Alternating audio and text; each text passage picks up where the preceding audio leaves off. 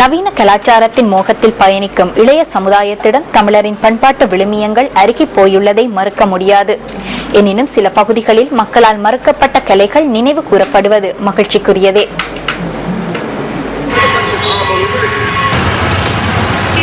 புத்தளம் மாவட்டத்தில் தமிழ் மக்கள் பரந்து வாழும் கிராமங்களில் உடப்பும் ஒன்று. இந்த கிராம மக்கள் கடல் எண்ணெயை நம்பி கடல் தொழிலை ஜீவனோபாயமாக கொண்டுள்ளனர். அதேபோன்று உடப்பில் தமிழ் கலாச்சாரத்தின் பல பண்பாட்டு விழுமியங்களும் மக்கள் ஆதரவை பெற்றுள்ளது. அந்த வகையில் தொன்று தொட்டு உடப்பில் இடம்பெற்று வரும் நிகழ்வுகளில் ஒன்று சித்திரை செவ்வாய் முளைக்கொட்டு. வம்சாவளியாக இந்த கலைகளை மக்கள் அனுசரித்து வருகின்றனர். 19ஆம் திகதி ஞாயிற்றுக்கிழமை ஆரம்பமாகிய இந்த நிகழ்வுகள் தொடர்ச்சியாக 10 நாட்கள் இடம்பெற்று நேற்று புதன்கிழமையுடன் நிறைவுக்கு வந்தது.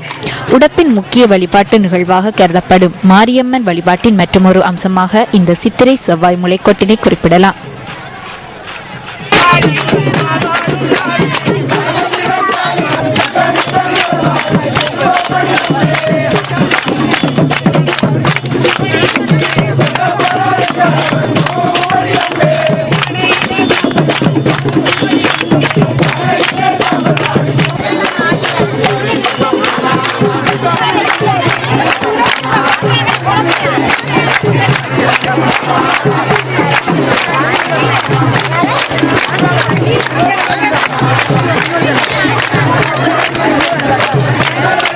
இந்த விழா வருடம் தோறும் சித்திரை மாதம் திறந்த வெளி வீடுகளின் வளவுகளில் நடத்தப்படுகின்றது.